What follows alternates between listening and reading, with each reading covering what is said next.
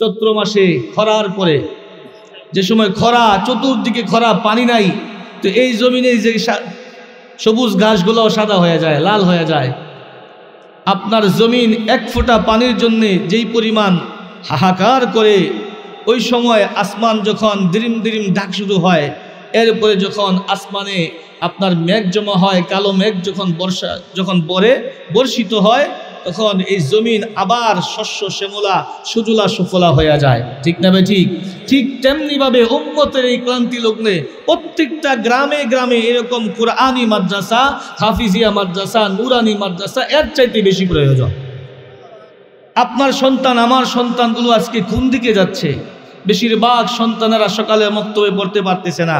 সকালবেলা 7টায় 8টায় কিন্ডারগার্টেন খুলে দিচ্ছে, আপনার ইংরেজি প্রতিষ্ঠান খুলে দিচ্ছে। সকালে সন্তানেরা মসজিদে গিয়ে মক্তবে কালিমাটুকু পড়বে, সূরা ফাতিহা শিখবে, নামাজ শিখবে, এটাও তারা পড়তে দিচ্ছে না। ইহুদ বেঈমান নাসারাদের চক্রান্তে আজকে গ্রামে গঞ্জের মক্তবগুলো নষ্ট হয়ে গেছে। ঠিক কিনা? জোরে কন। তো এই সন্তানগুলাই তো আস্তে আস্তে বড় হয়ে যখন ইঞ্জিনিয়ার হয়, ব্যারিস্টার হয়, যখন বড় বড় উচ্চ পদস্থ ডিগ্রি আনার পরে বলে আল্লাহ বলতে কিচ্ছু নাই, ধর্মকর্ম কিচ্ছু লাগে না। বলেন, আপনার আমার সন্তানগুলোই তো আজকে এভাবে নাস্তিক্য কথা বলছে। যদি এরকম মাদ্রাসায় শিশুকালে পড়তো, তাহলে কোনোদিন তার মুখ দিয়া ইসলামের বিরুদ্ধে কোনো কথা আসতো না। বাইরে আমার, বাবারা আমার, যদি আপনার আমার সন্তানকে মাদ্রাসায় পড়াইতে পারি, যদি আপনার আমার সন্তানকে কোরআন শেখাইতে পারি, তাহলে দুনিয়াতেও লাভ হবে, আখিরাতেও লাভ হবে। দুনিয়াতেও ফায়দা হবে, আখিরাতেও ফায়দা হবে। আমরা যারা বাবা আছি, আমরা যারা মা আছি, সব সময় আমাদের একটা পেরেশানি থাকে, চিন্তা থাকে, আমার সন্তানের ভবিষ্যৎটা কেমনে সুন্দর হবে। আমার সন্তানের বাবা, বাবা 180 বাজে, আপনার আমার সব সময় একটা টেনশন থাকে আমার সন্তানের জন্য, আমার মেয়ের জন্য, আমার ছেলের জন্য ভবিষ্যৎটা কিভাবে সুন্দর হবে। এই টেনশনে মা বাবা সব সময় সংসারের মধ্যে কষ্ট করে যায়। কিন্তু আল্লাহ রাব্বুল আলামিন বলেন, বান্দা, তোমার সন্তানের ভবিষ্যৎ, প্রকৃত ভবিষ্যৎটা হলো আখিরাত। প্রকৃত ভবিষ্যৎ কি বলেন? প্রকৃত ভবিষ্যৎ হলো আখিরাত। আল্লাহ পাক রব্বুল আলামিন এই দুনিয়াকে আপনার আমার জন্য ভবিষ্যৎ বলে নাই, ভবিষ্যৎ হলো আপনার আমার আখিরাত। সচেতন মা বাবা সন্তানের ভবিষ্যৎ যারা চিন্তা করে, তারা চিন্তা করবে আমার সন্তান কিভাবে কবরের আযাব থেকে মুক্তি পাবে, আমার সন্তান কিভাবে হাসরের আযাব থেকে মুক্তি পাবে, আমার সন্তান কিভাবে সফলতা জান্নাতে যাইতে পারবে। এটাই হলো মা বাবার জন্য সবচাইতে বড় পেরেশানির বিষয়। এ বাবা, আপনার সন্তান যদি ইসলাম বুঝে, আপনার সন্তান যদি কোরআন বুঝে, আপনার সন্তান যদি হাদিস পড়ে আমল করতে পারে, আপনার সন্তানের দুনিয়ার ভবিষ্যৎও ভালো হয়ে যাবে, আখিরাতের ভবিষ্যৎও ভালো হয়ে যাবে। কোরআনে কারীম যারা পড়ে, কোরআন অনুযায়ী যারা জীবন গড়ে, দুনিয়াতেও তারা সম্মান পায়, কবরেও সম্মান পাবে, আখিরাতেও সম্মান পাবে, হাসরের ময়দানেও সম্মান পাবে। এজন্য বলি, মিশিকারীর ভাইয়ারা, ও মিশিকারীর মা, মিশিকারীর বাবা, আপনার যদি সন্তান থাকে, শিশুকালে আপনার সন্তানকে কোরআনে কারীমের প্রাথমিক শিক্ষাটা অন্তত দিবেন। তাহলে আপনার সন্তান দুনিয়াতেও আল্লাহ পাক রব্বুল আলামিনের নিয়ামত পাবে, কবরেও পাবে, হাসরেও পাবে, দুনিয়াতেও সফল হবে, আখিরাতেও সফল হবে। আমার ভাইয়ারা, বন্ধুরা, অল্প দিনের দুনিয়া থেকে যখন আপনি আমি বিদায় হয়ে যাইব, আপনার সন্তানকে কেন মাদ্রাসায় পড়াইবেন, কেন দিন শিখাইবেন, এটা বোঝার দরকার। আমি আপনাদের সামনে সূরা ইব্রাহিম থেকে 27 নম্বর আয়াত তেলাওয়াত করেছি। রাসূল আরবি সাল্লাল্লাহু আলাইহি ওয়াসাল্লামের অসংখ্য গণিত হাদিস থেকে ছোট্ট একটি হাদিস আমি আপনাদের সামনে পেশ করেছি।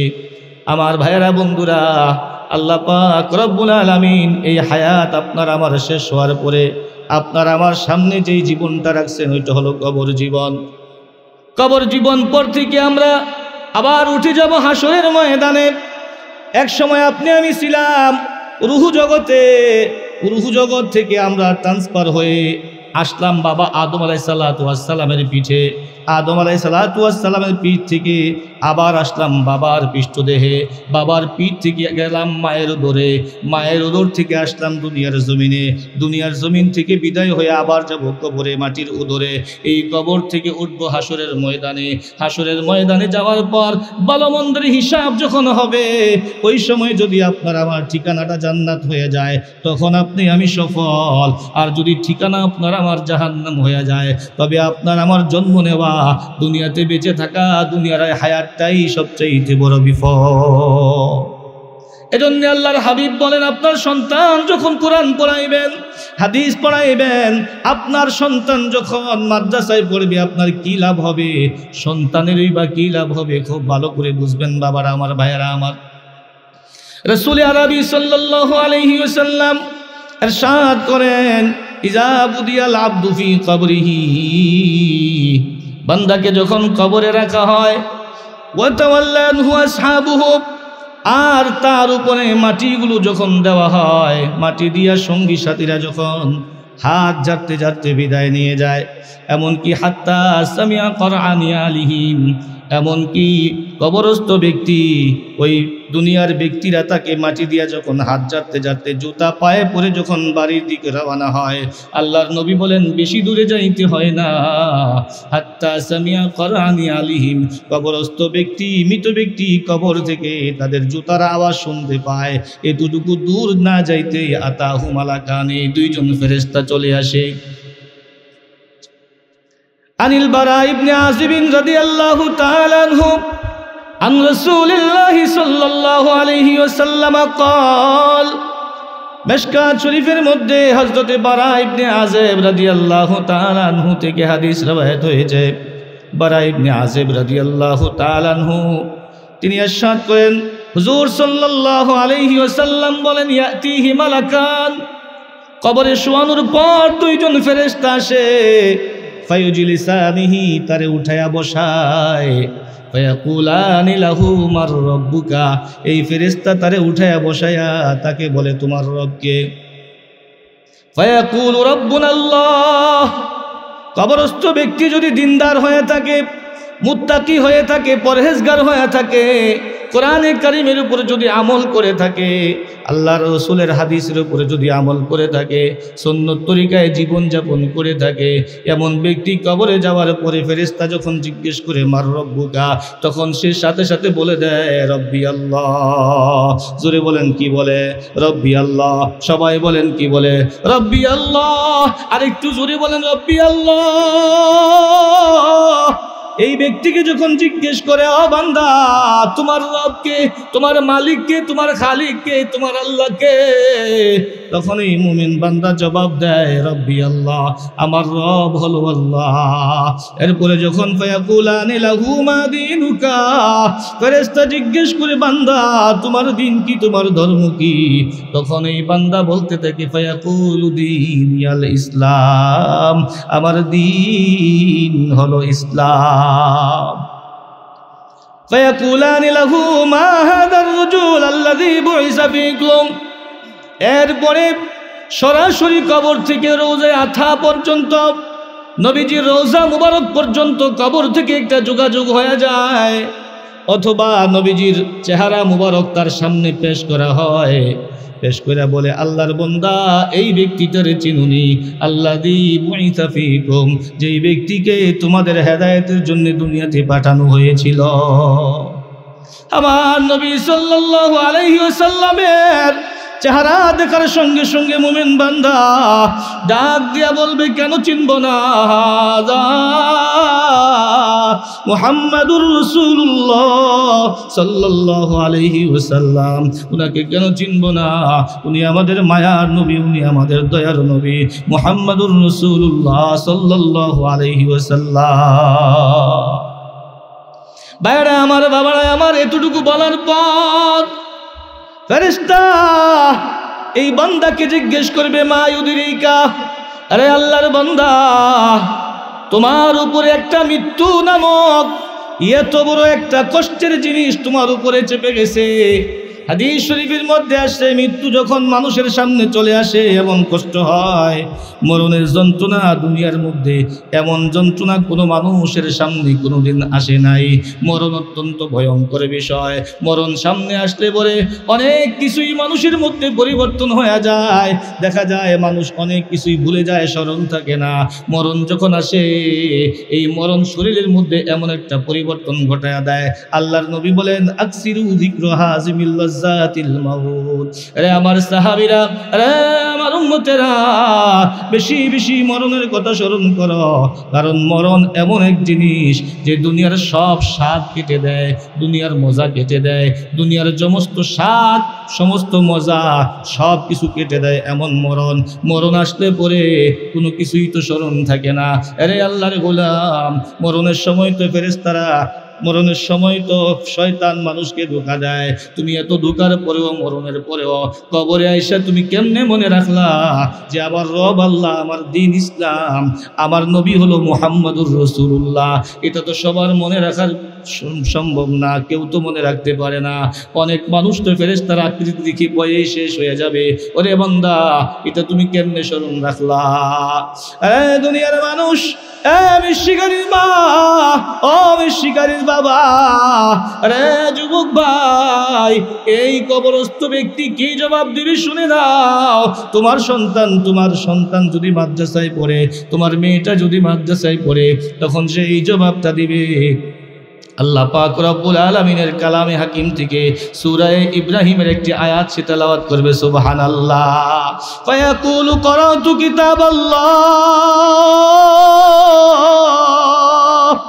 ফেরেশতাদেরকে ডাক দিয়ে বলবে, এ ফেরেশতারা, করাতু কিতাবাল্লাহ, আমি আল্লাহ পাকের কুরআনে কারীম তেলাওয়াত করেছিলাম। এই মিশিগারি জামিয়াতুস সুন্নাহ ইসলামিয়া মাদ্রাসার মধ্যে আমি হাফেজ হয়েছিলাম, আলেম হয়েছিলাম। ফা আমানতু বিহি, আমি কুরআনের প্রতি ঈমান এনেছি।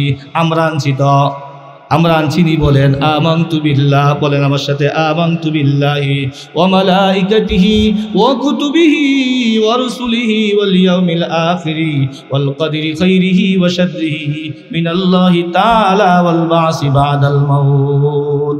আমরা ঈমান এনেছি, আমানতু বিল্লাহ, আল্লাহর প্রতি ঈমান এনেছি, ওয়া মালাইকাতিহি, আল্লাহর সমস্ত ফেরেশতাদের প্রতি আমরা ঈমান এনেছি, ওয়া কুতুবিহি, আল্লাহ যত কিতাব নাজিল করেছেন সমস্ত কিতাবের প্রতি আমরা ঈমান এনেছি।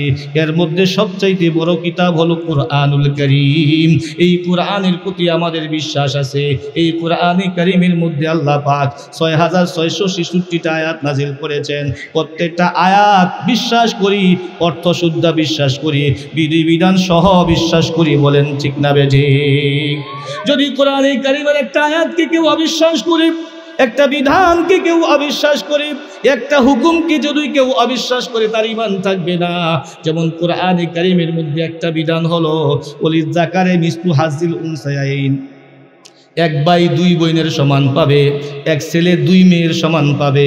এটা হলো কোরআনের বিধান। কেউ যদি বলে এই বিধান আমি মানি না, সঙ্গে সঙ্গে তার ঈমান চলে যাবে। আল্লাহ কোরআনে কারীমের মধ্যে পর্দার বিধান নাজিল করছেন। কেউ যদি বলে আমি পর্দা মানি না, সঙ্গে সঙ্গে তার ঈমান চলে যাবে। এক কথায় আমি কোরআনের উপরে আল্লাহ যতগুলো বিধান নাজিল করেছেন সমস্ত আয়াত অর্থসহ বিধান সহ আমি বিশ্বাস করলাম সব সত্য। আল্লাহ যা নাজিল করছেন সব সত্য। এটার নাম হলো ঈমান। ডাক দিয়ে বলে করাতু কিতাবাল্লাহ, এই ফেরেশতারা, আমি আল্লাহর কিতাব পড়েছি। ফাআমানতু বিহি, এই কোরআনের শুরু থেকে শেষ পর্যন্ত প্রত্যেকটা আয়াতের উপরে আমি ঈমান এনেছি। ওয়াসাদ্দাকতু ফাযালিকা কাউলুহু, আর আমি সবগুলোকে সত্যায়িত করেছি। ফাযালিকা কাউলুহু তাআলা, আল্লাহ কোরআনে কারীমের মধ্যে বলছেন ইউসাব্বিতুল্লাহুল্লাযীনা আমানু বিল কাউলিস সাবিতি ফিল হায়াতিদ দুনিয়া ওয়া ফিল আখিরাহ। আল্লাহ সূরা ইব্রাহিমের মধ্যে এই আয়াতের মধ্যে ইরশাদ করেছেন ইউসাব্বিতুল্লাহ, আল্লাহ তাআলা সাবিত রাখবেন, অটল রাখবেন। আল্লাযীনা আমানু, যারা ঈমানদার তাদের অন্তরে ঈমানকে আল্লাহ অটল রাখবেন। ফিল হায়াতিদ দুনিয়া ওয়া ফিল আখিরাহ, দুনিয়াতেও ঈমান অটল রাখবেন, আখিরাতেও ঈমানকে অটল রাখবেন। সুবহানাল্লাহ বলে।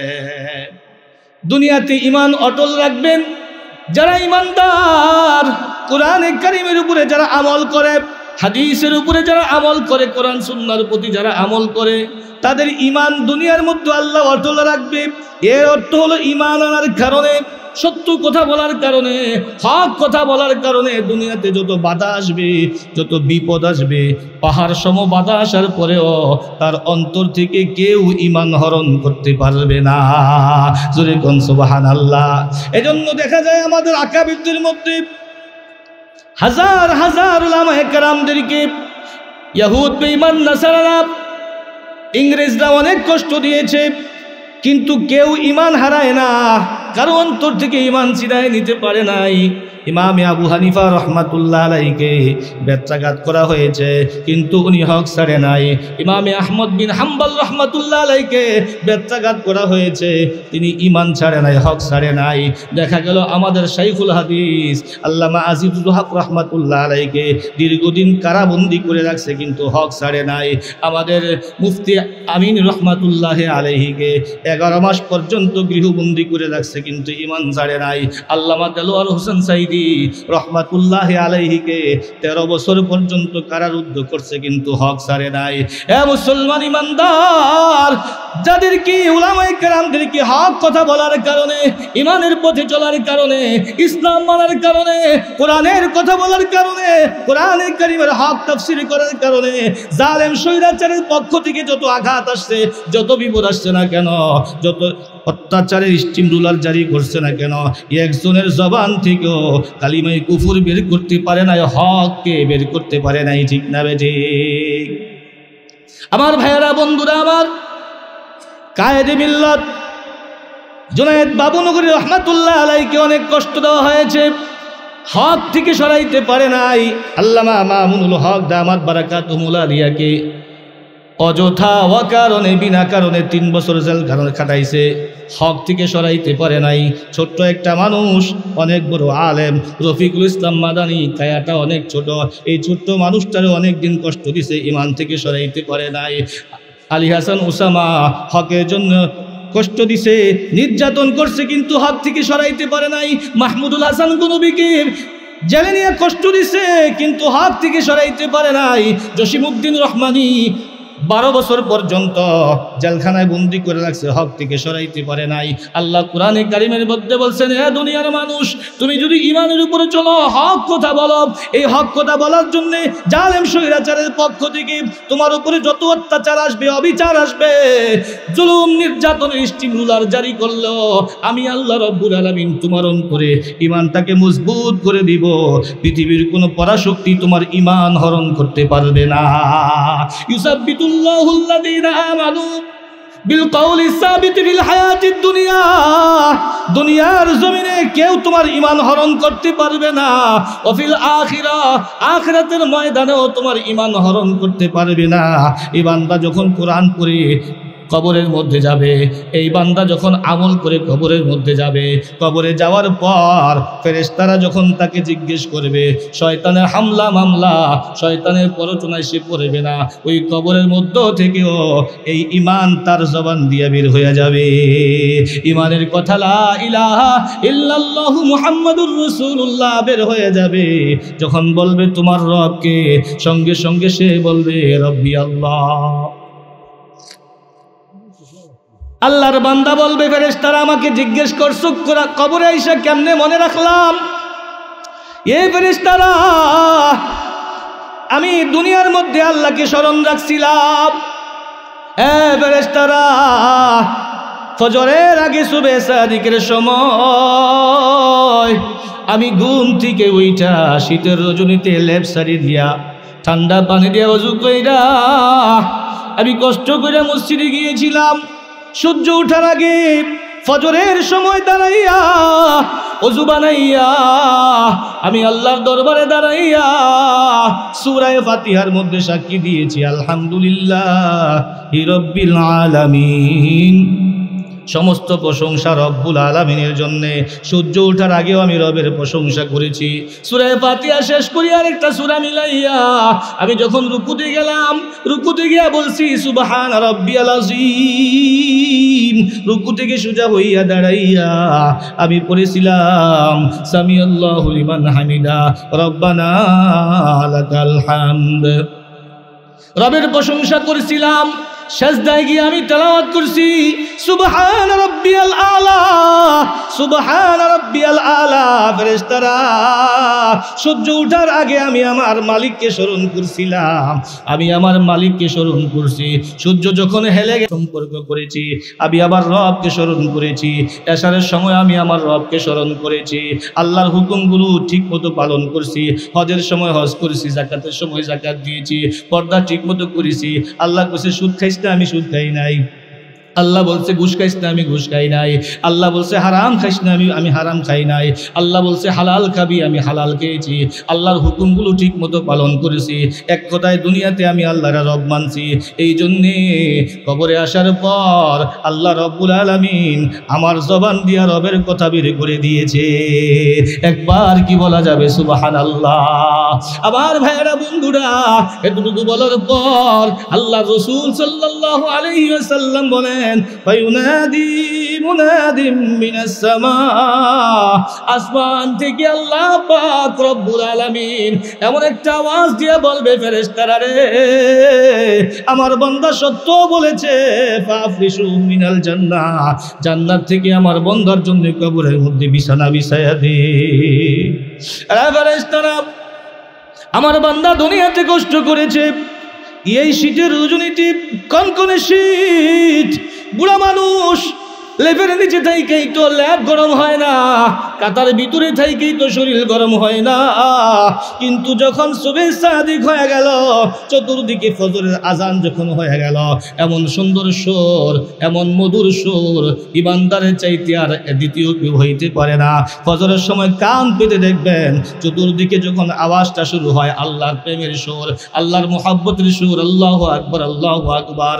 এরপরে বলে আসসালাতু খায়রুম মিনান নাওম, ও বান্দা ঘুমাও কেন? ঘুমের চাইতে নামাজের মধ্যে বেশি মজা আছে বান্দারে, ঘুমের চাইতে নামাজের মধ্যে বেশি আরাম আছে। এতটুকু শোনার সঙ্গে সঙ্গে আল্লাহ পাক রব্বুল আলামিনের খাস বান্দারা 80 বছর 90 বছরের বুড়া বুড়া মানুষগুলো কাঁথা ছেড়ে দিয়া, ল্যাব ছেড়ে দিয়া, ঠান্ডা পানি দিয়া ওযু কইরা বান্দা মসজিদে গেছে। আমার বান্দা আমি আল্লাহকে ভুলে নাই রে বান্দা, আমি আল্লাহরে ভুলে যাই। ফজরের অন্ধকার ঠেলিয়া ঠেলিয়া, আল্লাহু আকবার। তিরমিজি শরীফের হাদিসের মধ্যে আসছে, 86টার অন্য হাদিসের মধ্যেও আছে, নবীজি বলছেন যে ব্যক্তি ফজরের অন্ধকার ঠেলে ঠেলে মসজিদে যাবে, ফজরের অন্ধকার ঠেলে ঠেলে যেই ব্যক্তি মসজিদে যাবে, আল্লাহ পাক রব্বুল আলামিন হাসরের ময়দানে ফুলসিরাতের ফুল পার করতে যে অন্ধকার থাকবে, অন্ধকার থাকবে না। ফজরের নামাজ পড়ার কারণে বান্দা ফজরের অন্ধকার ঠেলে ঠেলে মসজিদে যাওয়ার কারণে আল্লাহ রাব্বুল আলামিন ফুলসিরাতের অন্ধকার থেকে তাকে নাজাত দিয়া দিবেন। বৃষ্টির আকারে সে ফুলসিরাত পার হয়ে যাবে। সুবহানাল্লাহ। আল্লাহ ডাক দিয়া বলবেন ফেরেশতারা, আমার বান্দারে কষ্ট দিও না। আমার বান্দা দুনিয়াতে ফজরের আগে আমি আল্লাহকে রব বলে স্বীকার করছে, সূর্য ডুবার পরেও রব বলে স্বীকার করছে, সূর্য হেলার পরেও রব বলে স্বীকার করছে। আমার বান্দা কবরে আসছে, এখন আমার বান্দাকে আরামের ব্যবস্থা করে দাও, তাকে জান্নাতের বিছানা বিছায়া দাও। সুবহানাল্লাহ। আরে আমার বাবারা, ভাইয়েরা, মায়েরা, আপনার সন্তানকে আপনি কোরআন শিখান, এটা তার ভবিষ্যৎ। কোরআনের উপর আমল করলে কবরের মধ্যে জান্নাতের ব্যবস্থা হয়ে যাইবে। আল্লাহর নবী বলেন, আল্লাহ পাক বলবেন ফাআলবিসুহু মিনাল জান্নাহ, তারে জান্নাতের পোশাক পরায়া দাও। আফতাহু লাহু বাবান ইলাল জান্নাহ, কবর থেকে জান্নাত পর্যন্ত একটা সুরুং করে দাও, একটা দরওয়াজা খুলে দাও। মায়ের নবী, দয়ার নবী বলেন ফায়ুফতাহুলা, আল্লাহর আওয়াজ শোনার সঙ্গে সঙ্গে কবর থেকে জান্নাত বরাবর একটা দরওয়াজা হয়ে যাইবে। নবী আমার বলেন ইয়াতিহি মিন রাওহিহা ওয়া তিবিহা, আল্লাহু আকবার। প্রতিদিন তার কবরের মধ্যে জান্নাত থেকে বাতাস বইতে থাকবে। সুবহানাল্লাহ জোরে বলেন। প্রতিদিন তার কবরে বাতাস আসতে থাকবে। এ মা, আপনি যদি কোরআনের উপর আমল করতে পারেন গো মা, পর্দা যদি করেন, স্বামীর খেদমত যদি করেন, আপনি যদি আমল করেন গো মা, আপনি কবরে শুইলেও কবরের মধ্যে বাতাস চলে আসবে। নিয়ত করে নেন আর গুনাহ করবো না, বেপরদায় চলবো না, নামাজগুলো ছাড়বো না, স্বামীর কথা অমান্য করবো না, স্বামীর খেদমত করবো, আমল করবো মা। নবী আমার বলেন এই মহিলাটা জান্নাতে যাইতে দেরি হবে না। মহিলারা যখন 4টা কাজ করবে, সালাত খামসা, 5 ওয়াক্ত নামাজ পড়বে, সামাত শাহরহা, রমজানের রোজা রাখবে, আতআত বালাহা, স্বামীর খেদমত করবে, আহসানাত ফারজাহা, সতীত্ব রক্ষা করবে, এই নারী ফালতাদখুলনা মিন আই আবওয়াবিল জান্নাতি শাত, মহিলার জন্য জান্নাতের সব দরজাগুলো খুলে দেওয়া হবে, যে কোনো দরজা দিয়া ইচ্ছা মহিলা জান্নাতে প্রবেশ করতে পারবে। কবরের মধ্যে দরজা খুলে দিবে। এরপরে বান্দা যখন কাফের হবে, বেঈমান হবে, মুশরিক হবে, বান্দা যখন বদকার হবে, ফাম্মাল কাফিরু ফাযাকারা মাউতাহু, মৃত ব্যক্তির যদি কাফের হয়, বেঈমান হয়, মুশরিক হয়, তার মরণের যন্ত্রণার কথা নবীজি আলোচনা করলেন। আলোচনা করার পর বলছেন তার কবরের মধ্যে রূহটা ফেরত দেওয়া হবে। রূহ ফেরত দেওয়ার পর আল্লাহর নবী বলেন তার কাছে 2 জন ফেরেশতা আসবে, আয়েশা তারে জিজ্ঞেস করবে, ফায়াকুলানিহি মার রাব্বুকা, তখন সে বলবে হা হা লা আদরি, আমি জানি না। আবার বলবে মা দিনুকা, সে বলবে হা হা লা আদরি, আমি জানি না। আবার যখন বলবে ওমা হাযার রাজুল আল্লাযী বুইসা ফীকুম, নবীজির চেহারা মুবারক দেখাইয়া তারে যখন জিজ্ঞাসা করবে আল্লাহর বান্দারে এই ব্যক্তিটারে চেনুনি, তখন সে একই উত্তর দিবে হা হা লা আদরি, আমি জানি না। আবার ভাইরা বন্ধুরা, এতটুকু বলার পর আকাশ থেকে একটা আওয়াজ আসবে, ফায়ুনাদি মুনাদিম মিনাস সামা, আসমান থেকে একটা এলান করা হবে, আনকাদাবা, সে মিথ্যা বলিয়াছে, মিথ্যা বলছে। মিথ্যা বলছে কেন জানেননি? আল্লাহ পাক রব্বুল আলামিন বলে, বান্দারে এই দুনিয়ার মধ্যে আমি আল্লাহকে পাওয়ার জন্য, আমি আল্লাহকে বুঝার জন্য, আমি আল্লাহর তাওহীদের দলিল দেওয়ার জন্য কোরআন হাদিস যত পাঠাইছি, নবী রাসূল যত পাঠাইছি, আলেম ওলামা যত পাঠাইছি, এগুলো ছাড়াও সে যদি চেষ্টা করতো আমি আল্লাহকে বোঝার জন্য, সব বাদ দিয়ে নিজে নিজেই আমি আল্লাহকে চিন্তা করতে পারত। আফালা ইয়ানজুরুনা ইলাল ইবিলি কাইফা খুলিকাত ওয়া ইলাস সামাই কাইফা রুফিআত ওয়া ইলাল জিবালি কাইফা নুসিবাত ওয়া ইলাল আরদি কাইফা সুতিহাত। আরে ফেরেশতারা, মিথ্যা বলে না ফরমান, মিথ্যা বলতেছে। সে যদি একটা উটের দিকে তাকাইতো, আমি আল্লাহ কেমনে উটটারে বানাইছি, আমি আল্লাহর তাওহীদের দলিল পাইতো। মাথার উপরে আসমানের দিকে তাকাইলে আমি আল্লাহ পাক এই যে সামিয়ানা, এই সামিয়ানাটা টানাইতে কতগুলো খুঁটি লাগছে রে, কিন্তু আমি আল্লাহ যে আসমান সাজাইলাম, পৃথিবীর কোথাও একটা খুঁটি দেই নাই। যদি ঘন ঘন খুঁটি দিতাম, বাংলাদেশে হেলিকপ্টার দিয়া আর বিমান দিয়া আমেরিকা যাওয়া তোমার দ্বারা সম্ভব হইতো না। তুনির মধ্যে দুষ্কায় আমার যেটা, ঠিক না বেঠিক? এত বড় আসমান সাজাইলাম, কোথাও কোনো খুঁটি নাই। বিগাইরি আমাদিন তারাউনাহা, ওই আসমানকে খুঁটি ছাড়া দেখতে পাও। এটা দেখলেও তো আমি আল্লাহকে তোমার বিশ্বাস করার কথা ছিল। বড় বড় পাহাড় দেখলেও তো আমি আল্লাহকে বিশ্বাস করার কথা ছিল। জমিনটারে দেখলেও তো আমি আল্লাহকে বিশ্বাস করার কথা ছিল। এরপরেও আমি আল্লাহকে চিনার জন্য কোরআন পাঠাইলাম, কিতাব পাঠাইলাম। এই কিতাব বুঝিয়া বুঝিয়া আমল করার জন্য নবী পাঠাইলাম। নবী রাসূল দুনিয়া থেকে বিদায় হয়ে গেলে হাজার হাজার লক্ষ কোটি উলামায়ে কেরাম পাঠাইলাম। উলামায়ে কেরাম বুঝায়া বুঝায়া বয়ান করিয়া করিয়া এই মানুষদেরকে বুঝাইছে, মাহফিল দিয়া দিয়া মানুষদেরকে বুঝাইছে। এরপরেও সে বুঝে নাই, লেপ মুড়ি দিয়া ঘরে বসা আছে। আচ্ছা বলেন, এই মাহফিলে যেই মানুষগুলো আছেন, গ্রামও কি এই মানুষগুলোই শুধু? কথা বলেন না কেন? নাকি আরো আছে?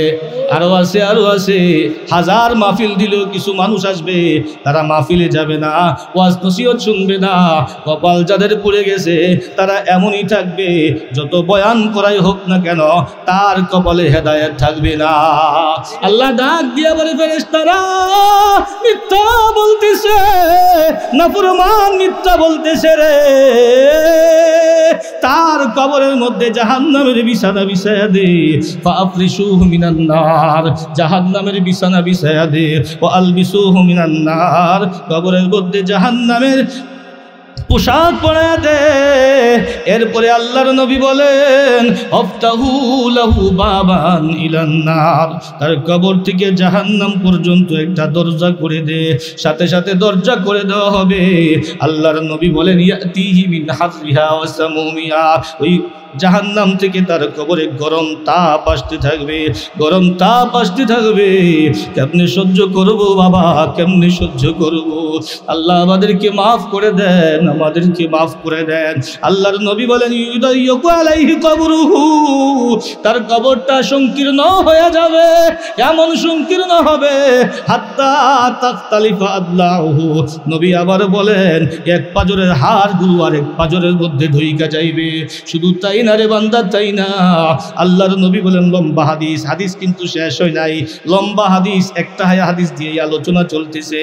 আল্লাহর নবী বলেন, ওয়ায়ুফাইয়াদু আলাইহিম আমা ওয়া আসম, তার কবরের মধ্যে একজন ফেরেশতা নিয়োগ করা হবে। ফেরেশতা চোখে দেখবে না, কানে শুনবে না, চোখগুলো হবে সবুজ বর্ণের। ব্যাখ্যাকারী ব্যাখ্যায় লিখছে, মানুষ দুই ধরনের চোখ দেখা অভ্যাস, রাগ করলে চোখ লাল হয়ে যায়, স্বাভাবিকভাবে সাদা কালো থাকে। এই দুইটা চোখ দেখে মানুষ অভ্যস্ত। এই জন্য নবী বলেন, কবরের ফেরেশতারা যে থাকবে তাদের চোখ থাকবে নীল বর্ণের। ফেরেশতা বড় ভয়ঙ্কর হবে, কানে শুনবে না। এই ফেরেশতা মাআহু মিরজাবাতুম মিন হাদিদ, ফেরেশতার হাতে থাকবে একটা লোহার লাঠি। বাইরে আমার, বাবারে আমার, আল্লাহর পয়গম্বর বলেন, লাউ জুরিবা বিহা জাওয়ালুন, এত বড় একটা লাঠি থাকবে মায়ার উম্মত, এই লাঠিটা দিয়া যদি লাউ জুরিবা বিহা জাওয়ালুন, লাঠিটা অনেক বড় হবে। এই লাঠিটা দিয়া যদি হিমালয় পর্বতের মতো শক্ত পাথরের একটা পাহাড়কে একবার আঘাত করা হয়, নবী বলেন, ইয়াসিরু তুরাবা, ওই পাথরের পাহাড়টা মাটি মাটি হয়ে যাইবে, ধুলি কণার মতো হয়ে যাইবে। আল্লাহু আকবার। তাহলে একবার চিন্তা করেন, ফেরেশতার হাতের লাঠিটা কত বড় ওজন হবে, কত বড় ভয়ঙ্কর হবে। আবার ভাইয়েরা বাবারা, আল্লাহর নবী বলেন, ফায়াজরিবুহু বিহা, এই লাঠি দিয়া কবরস্থ ব্যক্তিকে যখন আঘাত করবে, আঘাত করার সঙ্গে সঙ্গে একটা চিৎকার বাড়বে, ফায়াসিহু সাইহাতান, মৃত ব্যক্তি, কবরস্থ ব্যক্তি একটা চিৎকার দিবে। আল্লাহর নবী বলেন, ইয়াসমাউহা মা বাইনাল মাশরিকি ওয়াল মাগরিব, আরে আমার বান্দারা, আরে আমার উম্মতেরা, অন্ধকার কবরের মধ্যে নাফরমান যখন তাকে ফেরেশতা আযাব করতে থাকবে, লাঠি দিয়ে মারতে থাকবে, তার মাথাটা চ্যাপ্টা হয়ে যাইবে, মগজগুলো দূরে চলে যাবে, এমন একটা চিৎকার দিবে। আল্লাহর নবী বলেন, লা ইয়াসমাউহা মা বাইনাল মাশরিকি ওয়াল মাগরিব, পৃথিবীর পূর্ব থেকে পশ্চিম দিগন্ত সবাই শুনতে পাবে, ইল্লা সাকালাইন, মানুষ তুমি শুনবা না, তুমি শুনবা না, আর জিন্নাত শুনবে না। কারণ এই দুইজনের কবরে আযাব হবে, এই জন্য এই দুইজনকে আল্লাহ শোনাইবে না। আরেক হাদিসের মধ্যে আল্লাহর নবী বলেন, আমার উম্মতেরা, আমার মন চায় কবরের আযাব তোমাদেরকে দেখায়া দেওয়ার জন্য আমি আল্লাহর দরবারে দরখাস্ত করি, কিন্তু কবরে তো কঠিন, কবরে তো কষ্টের জায়গা। কবর প্রতিদিন ডাক দিয়ে বলে, বান্দা আনা বাইতুল ওয়াহদা, আমি একাকির ঘর, আনা বাইতুল গরীব, আমি নিঃসঙ্গ ঘর, আনা বাইতুদ দুদ, আমি পোকা বাকরের কবর, আমার কাছে আসলে তুমি সাবধানে আইসো, আমি এমন ছাড়া কিচ্ছু চিনি না। নবী আমার ডাক দিয়া কয়, কবরে আযাব তোমরা শুনতা, আমি আল্লাহর কাছে দোয়া করতাম, তোমরা দেখতা। কিন্তু আবার ভয় হয়, কেউ যদি কবরে আযাব দেখো, জীবনে কোনো দিন ভয়ে কাউকে কবরস্থানে নিতে পারতে না। আরে আমার ভাইয়েরা বাবারা, আল্লাহর নবী বলেন কবরের মধ্যে এমন আযাব হয় মানুষ আর জিন্নাত ছাড়া সবাই দেখতে পারে। আমি অনেক দিন গৌরীপুর এলাকায় ইমামতি করছিলাম। একজন মানুষ ছিল সমাজের মধ্যে ভ্রান্ত আকীদার। ওই মানুষটা মারা যাওয়ার পর শুনতে পেলাম তার কবর দেওয়ার সঙ্গে সঙ্গে পাশে একটা গরু ছিল, কবর দিয়া যখন চলে গেল সঙ্গে সঙ্গে গরুটা এমন জোরে জোরে দৌড়াদৌড়ি করেছে, ডিকলা ছেড়ে একদিকে দৌড় দিয়েছে। অনেক সময় দেখা যায় রে বাবা, অন্তর খোলা থাকলে, কলব খোলা থাকলে, আল্লাহ যদি হেদায়েত দেয়, কবরে আযাব মানুষই দেখতে পায়। আমাদের এলাকায় রাধানগর, আমাদের গ্রামে শুনেছিলাম এক মহিলার কবর যখন দিছে সঙ্গে সঙ্গে কবরের মধ্যে আগুন ধরে গেছে। এটা দেখিয়া অনেক মানুষ নামাজি হয়ে গেছে। আরে মুসলমান ইমানদার, নিজেও মাঝে মধ্যে দেখা যায় এক কবরে গিয়েছিলাম, এক জোয়ান মানুষ বিদেশি ছিল, নাম বলবে চিনবেন, এলাকা চিনবেন, নাম বললাম না, বিদেশ ছিল। ওই যুবক মানুষ ইন্তেকাল করে যখন কবরে গেল, তিনজন মানুষ, বয়স্ক মানুষ, সুঠাম স্বাস্থ্যওয়ালা তিনজন মানুষ যখন তারে কবরে রাখবে, হাতে আর রাখতে পারলো না, ঠাস করে জমিনের মধ্যে পড়ে গেল। যেই মাত্র কবরের মধ্যে পড়ল, বিশাল কবরটা থরথরায়া কাঁপা আরম্ভ করছে। আল্লাহু আকবার। কবর বলে আমি ভয়ঙ্কর কবর, আমার কাছে আসতে গেলে বড় হিসাব করিয়া আসিও। আবার ভাইরা বাবারা, নবী বলেন ওই কবরে এমন ভয়ঙ্কর আযাব হবে, বান্দা তোমার চিৎকার কেউ শুনবে না, ফেরেশতাও শুনবে না। এমন চিৎকার দিবে মাথার মগজগুলো ছিটকে গলে দূরে সরে যাবে, মগজগুলো সরে যাবে, চিৎকার করতে থাকবে, কোনো কাজ হবে না।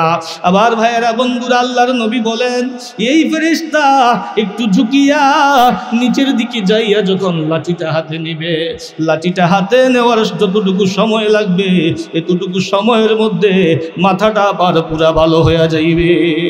ভাইরা আমার, বন্ধুরা আমার, আমার উস্তাদ আব্দুল কুদ্দুস দামাত বারাকাতুহুল আলিয়া হাদিসের ব্যাখ্যা করতে গিয়ে বলেন, এ মায়ার উম্মত, ফেরেশতার হাতের লাঠিটা কত ওজন হবে তুমি জানো নি? হাজিরা হজ করতে মক্কা নগরীতে যায়, আরাফার ময়দানে জমা হয়। আরাফার ময়দানে যত হাজিরা হজ করতে যায়, সমস্ত হাজিগুলার শক্তি একত্রিত করিয়া যদি বলা হয় তোমরা এই সকলে মিলিয়া ফেরেশতার কবরের ফেরেশতার লাঠিটাকে জমিন থেকে উঠাও, আমার উস্তাদ আব্দুল কুদ্দুস দামাত বারাকাতুহুল আলিয়া বলেছিলেন, আল্লাহর কসম, আল্লাহর কসম, সমস্ত হাজিরা মিলিয়াও সেদিন লাঠিটা জমিন থেকে উঠাইতে পারবে না। কত ভয়ঙ্কর হবে, কত ভয়ঙ্কর হবে আমার ভাইয়ের, একটু বুঝেন। ওই কবরের মধ্যে একবার নয়, দুইবার নয়, কিয়ামত পর্যন্ত এইভাবে যখন আযাব দিবে, এই হাদিসের শেষ অর্থে আল্লাহর নবী বলেন ওয়াইউআদু রূহুহু ফীহি রূহু, এই দেহটার ভিতরে আবার রূহটা দিবে। এই রূহ দিবে, এটা কেন বললেন? ব্যাখ্যায় লিখছেন মুহাদ্দিসিনে কেরাম, আঘাতটা খাওয়ার সঙ্গে সঙ্গে এমন চ্যাপ্টা হয়ে যাবে, চ্যাপ্টা হইলে রূহটাও বের হয়ে চলে যাইতে চাইবে। আল্লাহু আকবার। বেলুনের ভিতরে বাতাস ভরে, এই বেলুনটার মধ্যে চাপ দিলে বাতাসটা বাইর হইতে চায় কি চায় না বলেন? বেলুনের মধ্যে চাপ দিলে বাতাসটা বের হয়ে যাইতে চায়, ফেরেশতা বাড়ি খাইয়া রূহটাও বের হয়ে যাইতে চাইবে, কিন্তু ফেরেশতারা আবার রূহটা দেহের ভিতরে দিয়া দিবে। এইভাবে আযাব চলবে কিয়ামত পর্যন্ত। আল্লাহ বলেন ইউদিল্লুল্লাহুজ জালিমিন, যারা জালেম হবে, পাপাচার হবে, কবরে গেলে ফেরেশতার আযাবের সওয়ালের জবাব তারা দিতে পারবে না। আবার ভাইয়েরা বন্ধুরা, আপনি আমি যদি নামাজগুলো ঠিক মতো পড়ি, আল্লাহর হুকুমগুলো ঠিক মতো মানি, আপনার আমার সন্তানগুলো যদি মাদ্রাসায় পড়াই, আল্লাহ বলছেন যারা দুনিয়াতে কোরআনের উপর আমল করবে, হাদিসের উপর আমল করবে, তারা কবরে গেলে ফেরেশতাদের সওয়ালের জবাব বলবে না। সুবহানাল্লাহ। এই জন্য আমাদের সন্তানগুলা মাদ্রাসায় পড়াইবেন, নিজেরাও মাদ্রাসায় সহযোগিতা করবেন। বড় সৌভাগ্য এই গ্রামের মানুষের, এই গ্রামে একটা মাদ্রাসা হয়েছে, এই গ্রামে হেফজখানা হয়েছে, মক্তব হয়েছে, নুরানি ছাত্ররা পড়ে।